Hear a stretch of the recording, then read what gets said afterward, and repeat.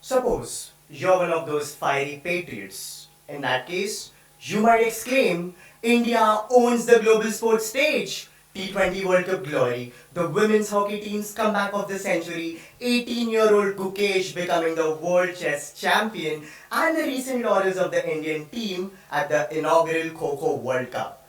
A lovely morning to one and all present here.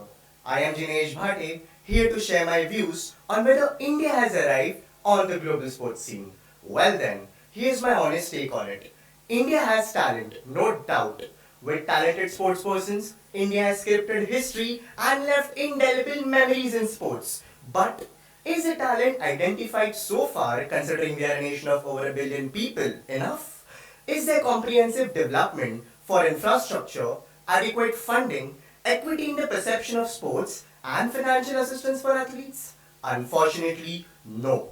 And therefore, as you all have guessed my opinion, I am of the view that our country has not yet arrived on the global sports scene. However, problems are just a flip side and there can always be solutions for the same by firstly nurturing talent. The students must be exposed to numerous sporting activities right from schooling and at least one sport must be compulsorily chosen by them. Now, someone might mention that we have Khelo India too and it is also attached to some schools. In reality, as per Sports Authority of India, only 257 recognized academies out of almost 15 lakh institutions are attached to it. And it covers only 26 disciplines, proving it has a long way to go ahead. Secondly, even the overall sports infrastructure amenities in India are completely blemished, with improper monetary utilization and state bureaucracy in handling the stadiums as per the Indian Institute of Sports Management. Hence, we must equally lay emphasis on the states like Jharkhand, the Seven Sisters, or even Sikkim, just like the opportunity-rich Maharashtra, Odisha, and Gujarat. Furthermore, although we have Pandit Deen Dayal Upadhyay National Welfare Fund for Sportsperson scheme, how can a direct financial assistance of a meager 2.5 lakh rupees be helpful against the rising cost of sports training and expensive equipment? Hence, thirdly, the government must also promote private stakeholders and crowdfunding, just like in Germany and Australia. This will ensure the recognition of amateurs at the local level and will foster a comprehensive sense of security among the athletes. Now, we all know that India is a land of cultural diversity and the largest democracy with almost 1.5 billion people.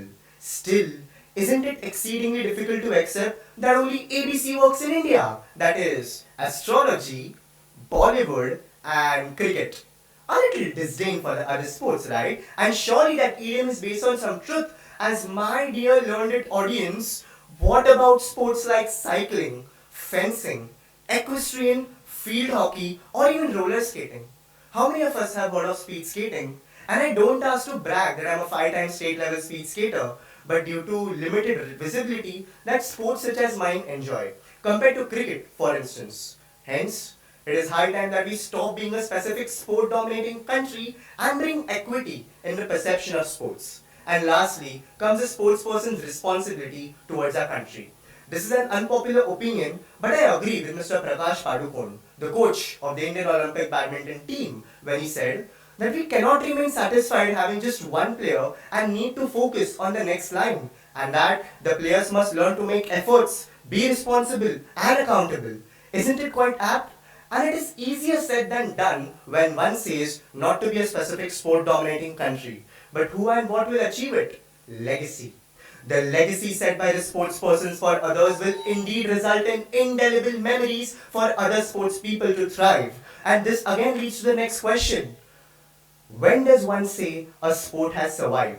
When that sport has become synonymous with the sportsperson. For example, Vishwanathan Anand training players like Gukesh, Pragnananda and so on, or even Abhinav Bindra has his own shooting academy training numerous aspiring shooters to become the world champions in future.